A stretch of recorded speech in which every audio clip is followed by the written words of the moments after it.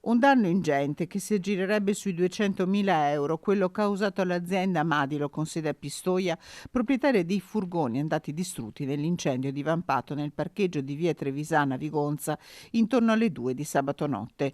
Di 5 non è rimasta che la carcassa e i filamenti dei copertoni, altri 6 sono stati gravemente danneggiati probabilmente dal calore.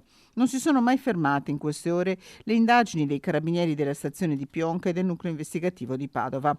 La procura ha aperto un fascicolo a carico di ignoti con l'accusa di incendio doloso. Nel frattempo l'area interessata dal rogo è stata posta sotto sequestro. In attesa della relazione dei vigili del fuoco per capire quale potrebbe essere stato l'innesco delle fiamme, gli investigatori stanno esaminando le immagini registrate dalle telecamere di sorveglianza.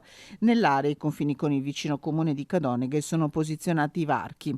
Un incendio che ha interessato solo la zona della ditta toscana del parcheggio, di proprietà di una società immobiliare, utilizzato da diverse aziende di trasporti.